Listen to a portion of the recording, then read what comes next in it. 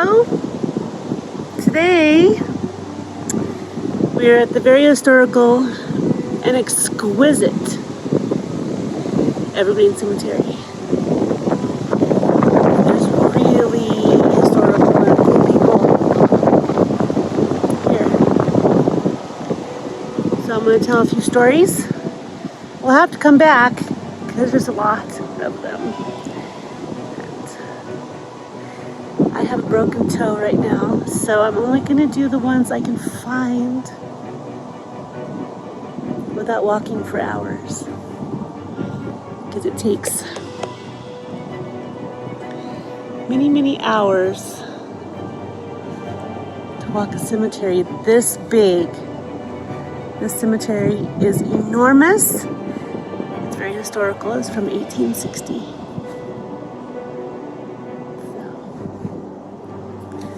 Here we go. Loads of memorials to anybody from the American Revolution to World Wars. Many veterans here. And people of Colorado, authors, writers, U.S. Olympic figure skaters, all kinds of things. Hope you like my stories. As usual, the stories continue.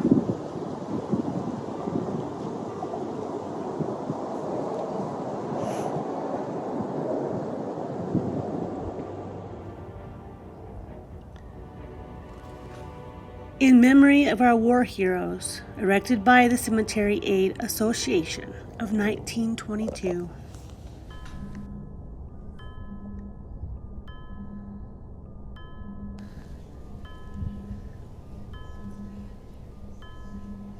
We are well on our way to a steampunk convention and paranormal night at the historic and haunted Victor Hotel. We decided to travel to another historic place on the Register of Historic Places, Evergreen Cemetery, here in Colorado Springs, Colorado. Colorado Springs was founded in 1871, with 2 cemeteries already beginning to fill to capacity. In 1874, the founder of Colorado Springs, General Jackson Palmer, founded this new cemetery, named Mount Washington, or Mountain Home, then in 1877 to be changed to Evergreen Cemetery.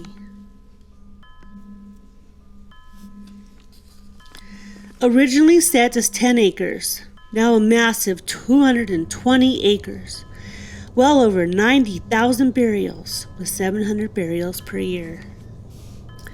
Here we found this really cool stone, Evergreen Cemetery, time capsule, sealed December 31st, 1999, to be opened Memorial Day, 2100. Memorial donated by Rocky Mountain Memories.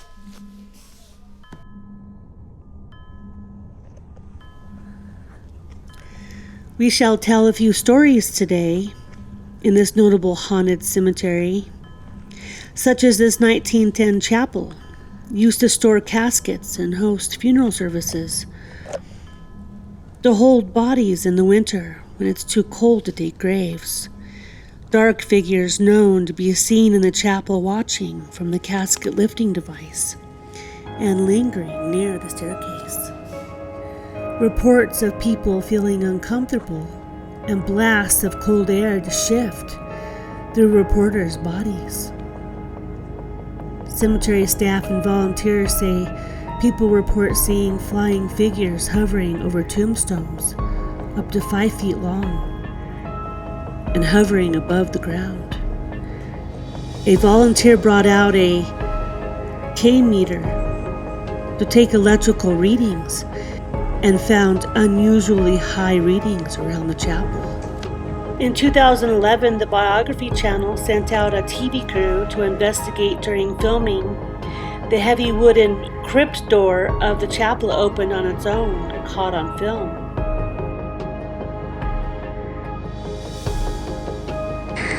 Blue Star Memorial, a tribute to the armed forces that have defended the United States of America.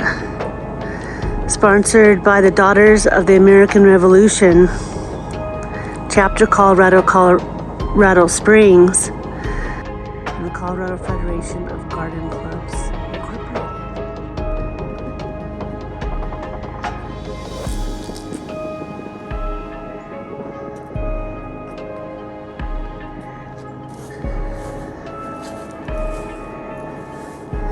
A memorial to the soldiers of the Civil War, July 1904. The Civil War canyon barrel that originally graced this site was because of its valuable metal content, donated to assist the United States war effort during World War II. In this place, this 1918 Howitzer barrel, a World War I model, was mounted. Decades later, the Howitzer barrel was removed and placed into storage, leaving the memorial unadorned. In 1991, the barrel was refurbished and remounted through funds provided by the Colorado Society of the Sons of the American Revolution. As a result, this unusual memorial lies not only to the Civil War, but to World War I, World War II, and even the American Revolution, with its history and purpose in mind. This memorial is rededicated 87 years later after its original dedication.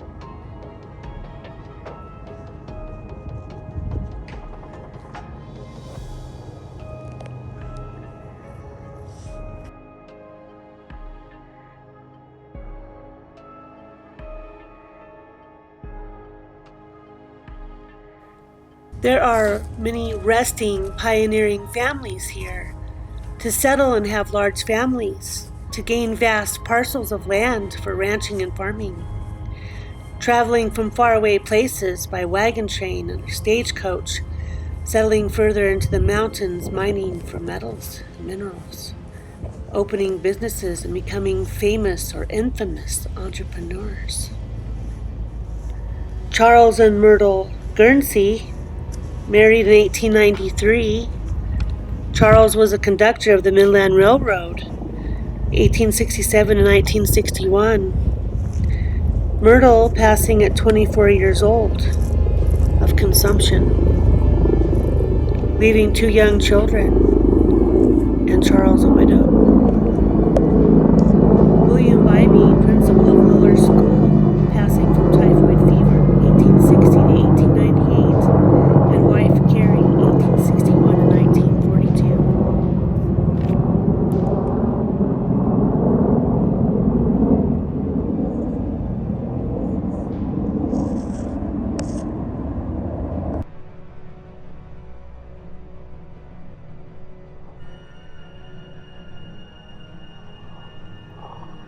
The mining McChesney family, Edgar, 29 years old in 1914, Eva, 23 years old, Thompson, 24 years old in 1907, Wesley, 24 years old in 1903, and William, 34 years old in 1909, all to pass away from related mining accidents near Victor, Colorado.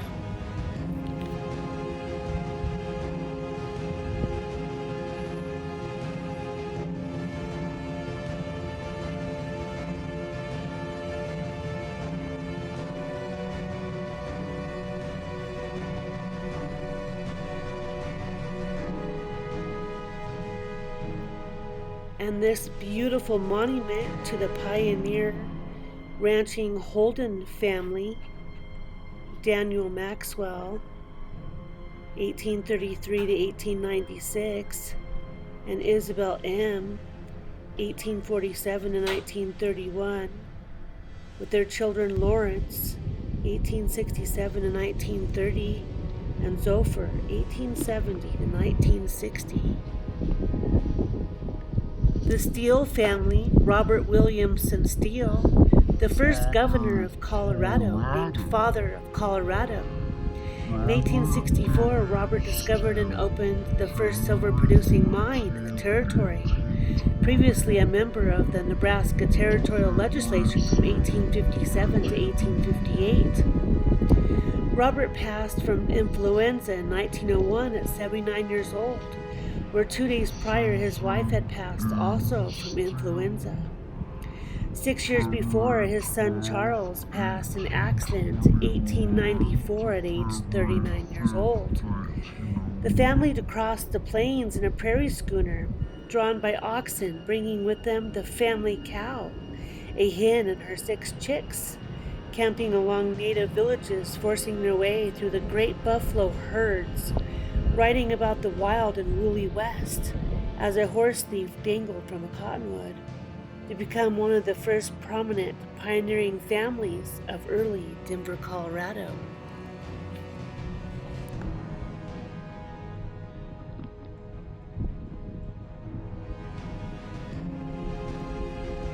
Dr. Burton B. Grover, 1857 to 1932, one of the earliest city physicians, buried with his 2 wives, Allegra, 1878 to 1928, and Alice, 1860 to 1896, and his daughter Lulu, 1879 to 1950.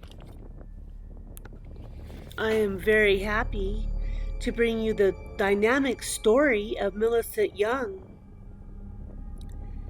She had a dream of flying since she was 6 years old. A pilot landed a plane on her family's farm near Lodgepole, Nebraska, and he told her not to touch the plane. Not a good thing to tell Millicent, her family would say, as she was not very good at listening. She touched everything on that plane. Then she wanted to fly. She became the first woman to fly for the U.S. military during World War II. The Women Air Force Service Pilots, or WASPs, performing stateside chores while the men were training for combat, to be awarded in 2010, along with 300 others, the Congressional Gold Medal honor, along the likes of George Washington, Nelson Mandela, and Mother Teresa. She had her first plane flight at 14 years old, a crop duster selling rides for $5. She paid for lessons by growing wheat on neighbors' land. To be selected out of 25,000 WASP applicants, she received her wings from General Henry Hap Arnold, who led the campaign to topple Hitler. She spent a year as a female aviator in the Texas towing, a target for the male pilots to train for air-to-air combat. After she left the service, she continued to fight for the WASPs. To receive full military status, finally to happen in 1977, to gather 1,000 signatures for legislation going into bars in Colorado and Nebraska, mostly from men who would offer to buy her a drink after they signed. She rests here next to her husband, Bill Young Sr., a service pilot for the Army Air Corps, to have 5 children and moving west to California, moving back to Colorado Springs in 1952. Bill passed in 1969, and Millicent went on to work odd jobs before writing a food column for the local paper, the Gazette-Telegraph, then working for the Department of Human Services, winning Working Woman of the Year in 1985. Passing away at 96 years old of COPD, January 12, 2019, with only a fading marker. Till recently, these informational markers were placed.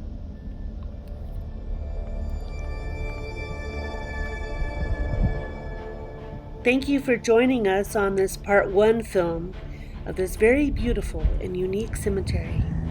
I love these latticework hanging over What's these really graves. Very original about this for placing plants to grow. historical cemetery. Please stay tuned for part 2, where we will continue telling these amazing historical stories, tales from beyond.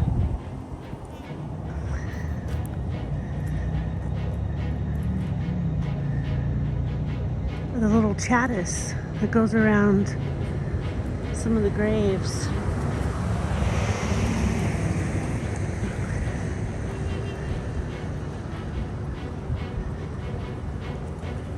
So you can grow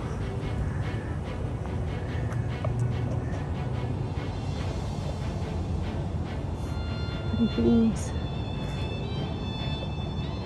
And some have covered the graves.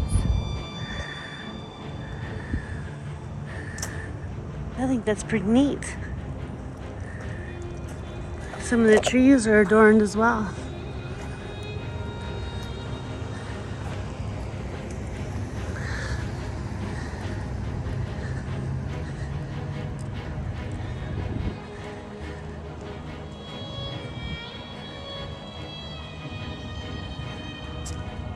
Many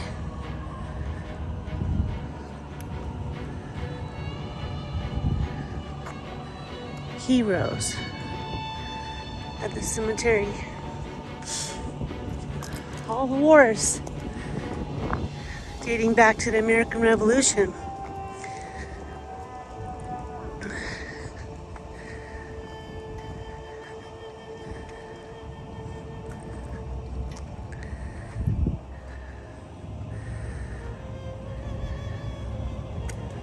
How amazing.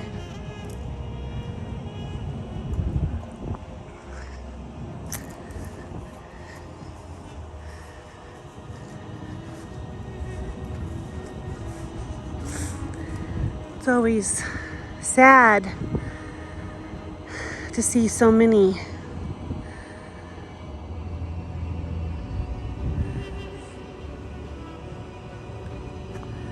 but stoic at the same time.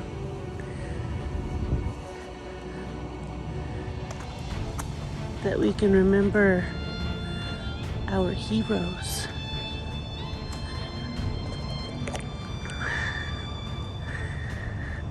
Who fought for our country.